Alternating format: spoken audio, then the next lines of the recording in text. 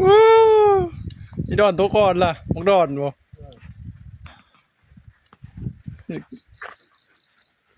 ต้องตายแล้วเอ้าเออโคนี่จนไปน้ำโทมนะบนไตกับปะไตไปนี่โคจนห้อยอยู่พุ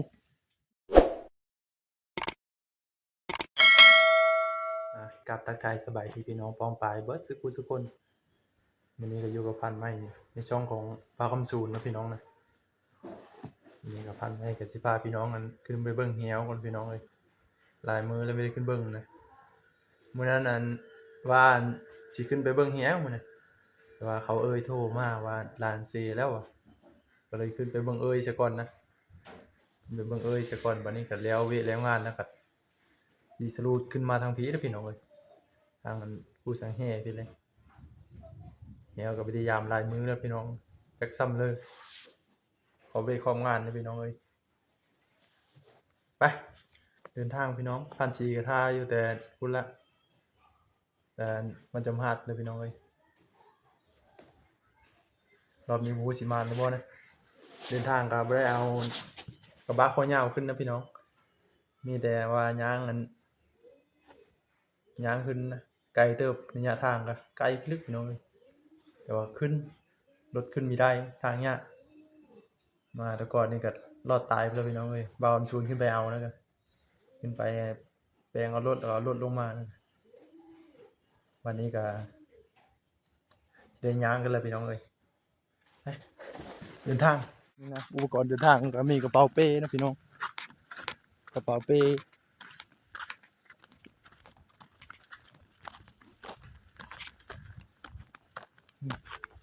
กำลังสีหอดอันเอิญผ่านสีขึ้นนะเอาเอิญผ่านสีเอิญเอาผ่านสีขึ้นขึ้นไปพุ่นเลยขึ้นไปหาคอยลุงพวกอันนี้ลุงมาไปแต่สิไป3 คนนะพี่น้องอีลุงมีกับสัญญาณยังดีอยู่นะสัญญาณเพิ่นยังดีอยู่แทนไม่ได้ปัลเลอร์นะมื้อนี้เตรียมเครื่องแล้วล่ะเหลือแต่ผ่านสีกับไปก่อนละเอาไปโซนท่านเขาว่าไปแต่เช้านี่ได้ปะทีมงานเราก็ท่าอยู่ทีมงานนำทางนะพายคันใดท่าอ้อน่าจะไปครบนะประมาณ5 ตัวพี่น้องฮะไปละ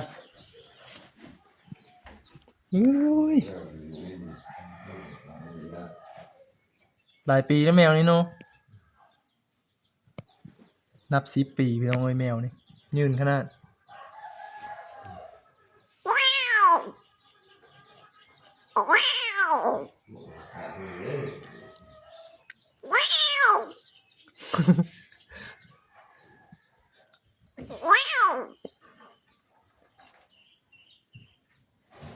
ทีมงานเราก็ได้ยั้งไปก่อนแล้วนะ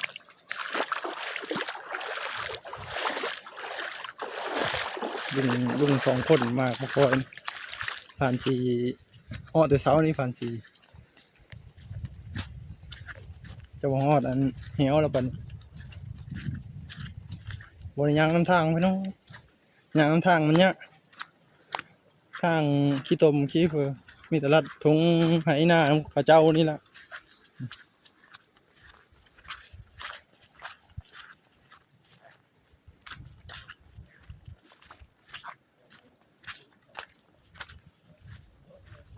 มาก็5 ตัว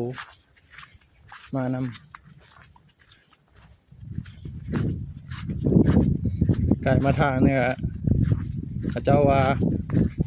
ค่อยได้บายหมูเนี่ยหมูใหญ่มานำชูคอยรถบริมาดงนะพี่คนบริมาดงเขาเอาบายหมูตะดงหมูใหญ่เขามานำเหมือนนั้นได้หมูเนี่ยมีได้ซ้ำนะเอาใบเขาไปนำเกี่ยวไปเกี่ยวมาอยู่หมูใหญ่พี่น้องฝนกระตกก็เลยป้าก็มานำคือคอยอยู่วันพักมันบ่เห็นเขามันคอยรถ อยู่พุ่นอยู่ปงซบลานนะทุกคน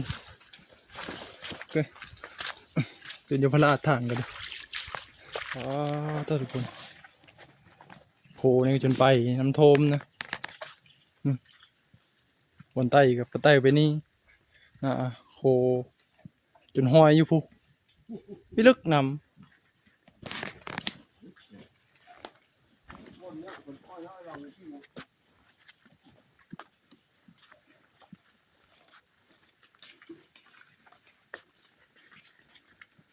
นี่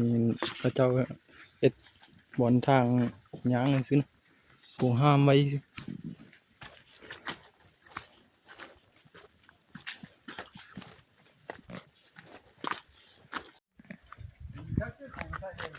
มอนี่ก็โคยละมีแต่โฟก็โคนี่ดอนตัวก่อนล่ะมักดอนบ่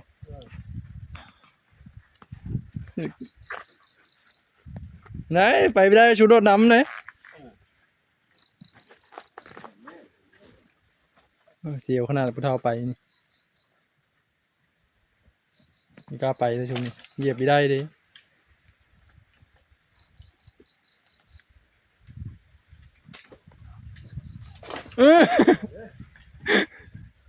พี่โดนกระตุกอีกแล้ว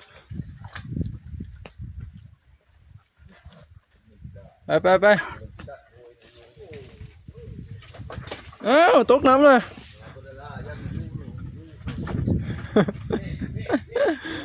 ไอ้สู้ๆอยู่นี่เป็นกำลังใจให้คุณกับห้องตายแล้ว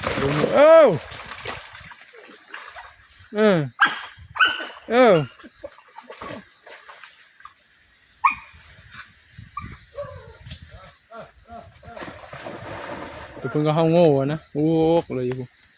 ไปก่อนห้องโง่แล้ว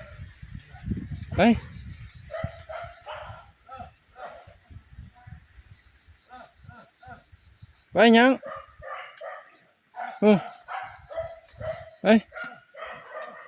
บังบีโปตก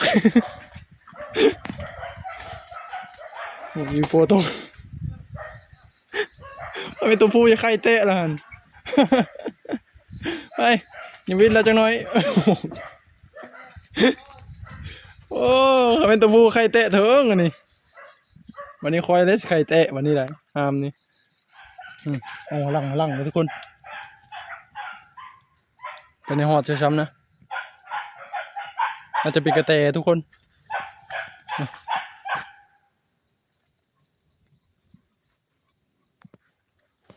นี่มันกินข้าวฉลานอยู่โลดเปิดมันนะเปิดมากระบอกมันเอาตัดเชือกนี่กูทุกคนหวานเจี๊ยบ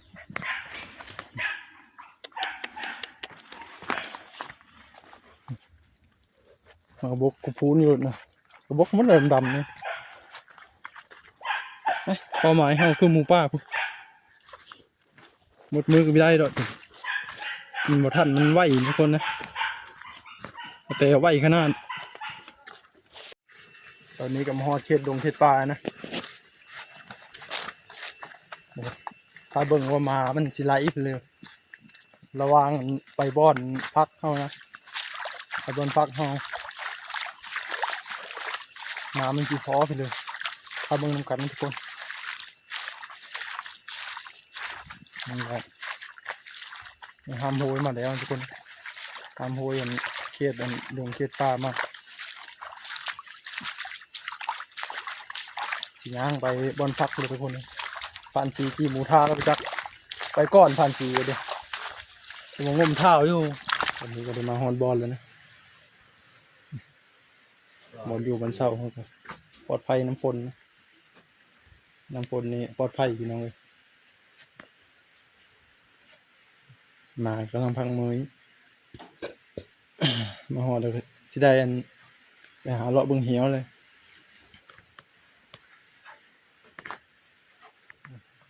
เขายืนว่าเป็นได้บายเห็นนะตกลงมาวันนี้ครั้งแรกพี่น้องเลยเนาะเห็นกินมาไหมแกงไก่เป็นแล้วเป็นบายแล้วตกลงมาแต่ไม่ได้มานี่ได้เป็นตกตรงนี้เลยเห็นบักใหญ่พี่น้องเลย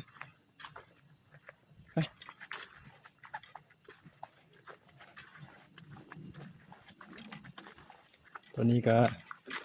400-500ยามแห้งแล้วทุกคนหายมือเลยพยายาม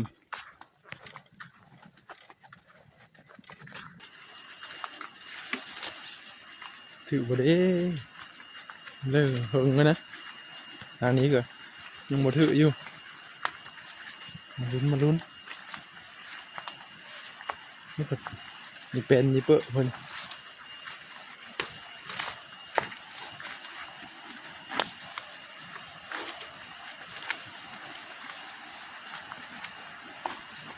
โอ้ยหมูบ่เฮานะปกตินี่มันสีโอ้ยหมูอยู่หมูเฮาแล้วมัน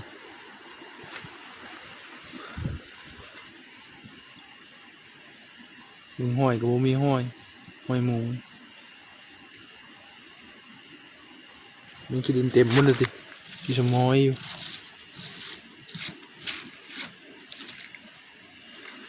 ปกตินะทุกคนตัวหมูมีเฮาสิบัดนี้ก็จะได้กลับบอนไปหาได้หมูตัวพุ่นต่อแล้วว่าสิไปเครื่องดานเลิกทุกคนเลยหมูอยู่แต่พวกกินมากกับบกอยู่หมูเทพี่โบราณลงมาเบิ่งเหี้ยวเช่นนี้ก็ดีขึ้นหายลุงแล้วบัดนี้มากัน500ยามแหวคนทุกคนแล้วก็มีเติมไม้นี่ละชิมานบ่เหยียบอยู่บ่บ่เหยียบมันทุกคนโป๊มาแม่โป๊เฮ้ยมาเขาเชื่อจะเติมไม้นะมาแม่เฮ้ยเอาพี่โป๊เฮ้ยโอ้ยเอิญบ่มา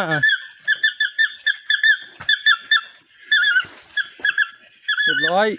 โอ้ยรอยามแหวกะขึ้นลืดนะหมดทุกชมทุกคนเลยวันนี้ก็พันไม้ก็จะได้กับบอลแล้วกับบอลหาให้กินเลยพี่น้องเลยสิได้จะว่าหาหน่อไม้มาต้มมาจักแมวกับปลาถือนะเราต้องเอาได้สักตัวหมูบลงทุกคนหมูลงนี่บับมักชิปเลยวันนี้ก็ลุงกับสีแกงหน่อไม้แล้วอร่อยไปโทษดงมาแกงหน่อไม้คือเก่าเชียบในแกงหน่อไม้ไรต้มหน่อไม้ล่ะกับปิ้งชิ้นหมูล่ะเขากินต้มหน่อไม้ไปเลย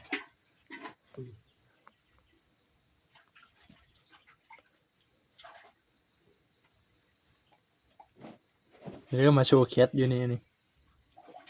หายใจมาออก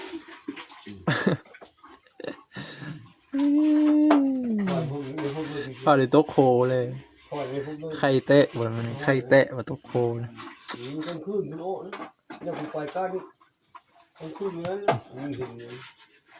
อีดอนพออยู่มันมีวะอยู่ที่นี่ตัว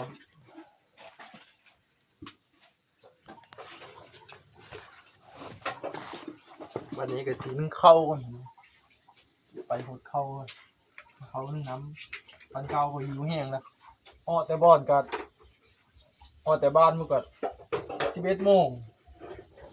มาหอดจนจะค่ำ3 โมงน้ำมา4 ชั่วโมง5 ชั่วโมงพาจนไหล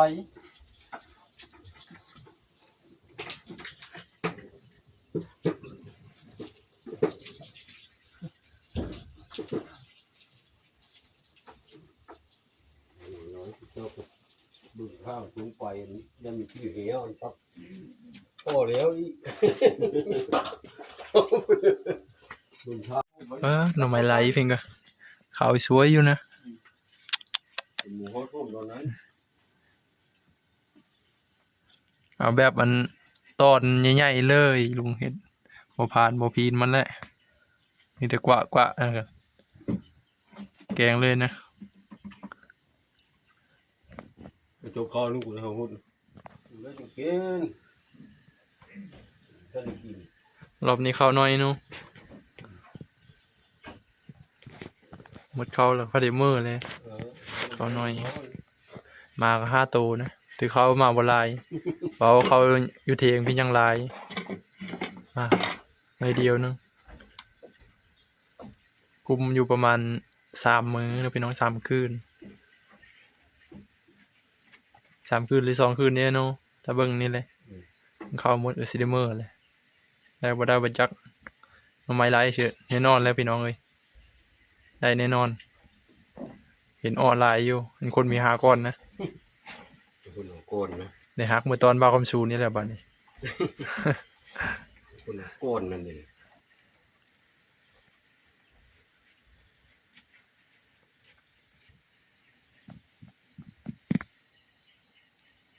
มาเข้าเกินเลยกินอยู่เฮินมาพี่ก็คือเข้าบ่หลายเท่า2 ตัวตัวอื่นเท่าหลายหมดอันนี้ก็จะกินเข้าแล้วนี่ดมพุ่นดมพีแล้วกินแล้วยังเฮิมันนะ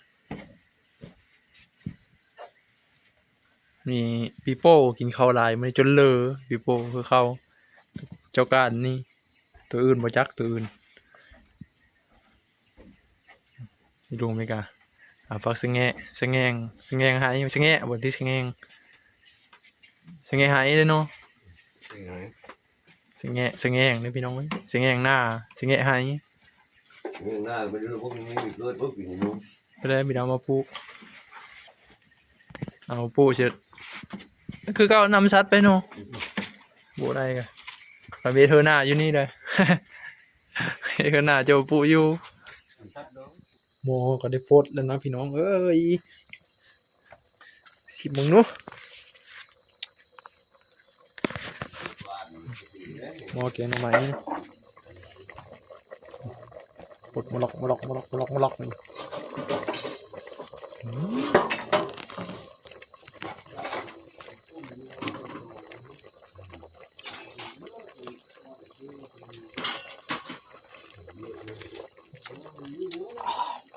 อ้าวหนู แซ่บขนาด นี่ทานอยู่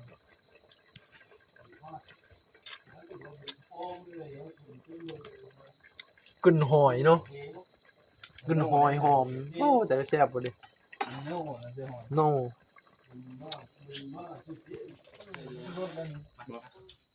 ทางคุณนี่อ่ะ โอ้ยเนี่ยพี่หลายเท่า ว่าพี่ จำเดียวนะคุ้นไปได้ ว่าไอ้งูเขาเย็ดกันทางนี่รถจะได้ไปบวกเบบในเรื่องพี่ไปมาหลายคนไปได้เนาะจริงแต่ไม่โง่บวก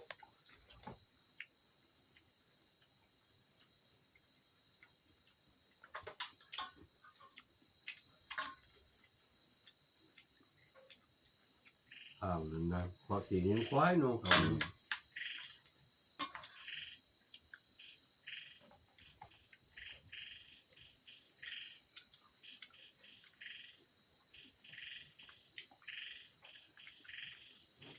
lúc đó mình mới ngó khẩu đấy rồi cơ bữa nay đẹp đẹp ó đẹp đẹp cái đất đó mình ôi ไปเอาในรถลุง đâu cơ ไปเอารถนั่นไป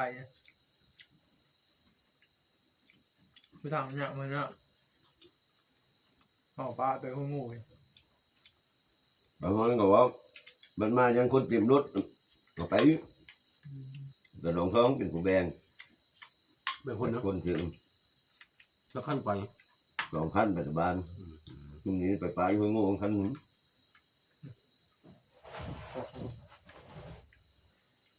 làm โอ้ cái ยมาจีน chim đi ไม่ได้จีน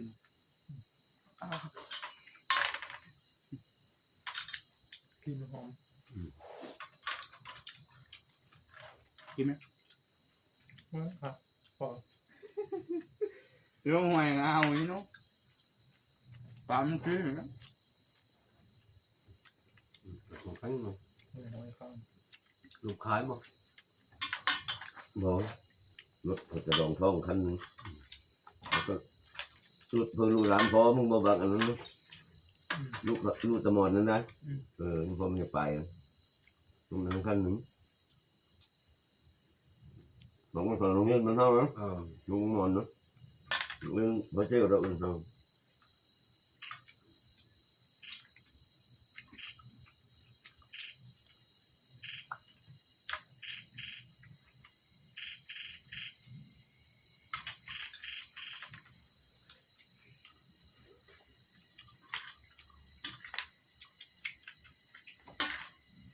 อย่างไรคนพวกกินเนาะ có cái mà lấy mà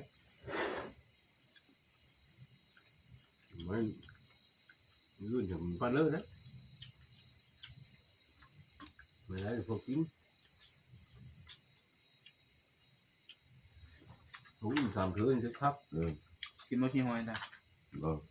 chỉ lơ mà chỉ mà đó บ่ผมกินก็เดี๋ยวเยอะนะ hồ gì đó มันได้ไหมพัด nhà mà ngắn thì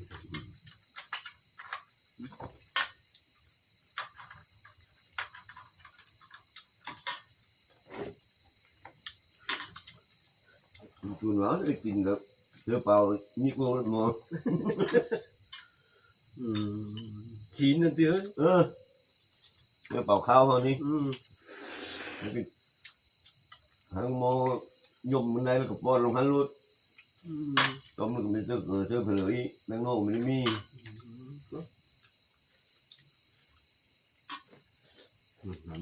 กินเพิ่มกินลายแล้วเนาะ muốn mũ ấy còn đừng đặt tôm nữa chưa có gì กินข้าวยาแล้วครับบ้านนี้ก็ไปหาการเห็นเลยทุกคนเลยโอ้โหให้สิพอเลยบอนะการเหมยเนี่ยก็เมื่อนอนแต่เบิ่งว่าเขาสิมานบ่คืนนี้นะอ๋อทุกคนคืนนี้นะโอ้ยหมูมาเฮาสมูนะว้าปาร์ตี้ฉลานมากันดิเอาบ่เฮานะอาจจะเป็นกลางคืนมาบ่ไล่มา2 ตัวนะไปน้ำคอยนะหมูโดดชาวบ้านกึ่งแล้วก็เลนป๊บออกมาโอ้คอยก็เฮาไปเบิ่งก็ไปเลยหมูนะบ่ทันซ้ำโอ้เสียดายนะพี่น้องเอ้ยวันนี้ก็สิได้กับบอดทุกคนมานี่ก็เฮิงพอสมควรละมื้อแล้วจะนอนละเดี๋ยวมื้อเช้าก็ลุงว่าอันสิไปหาไล่หมูนะพาหมาไปหาไล่หมูแมวก็บ่ถึกพบกันใหม่มื้อเช้าละทุกคน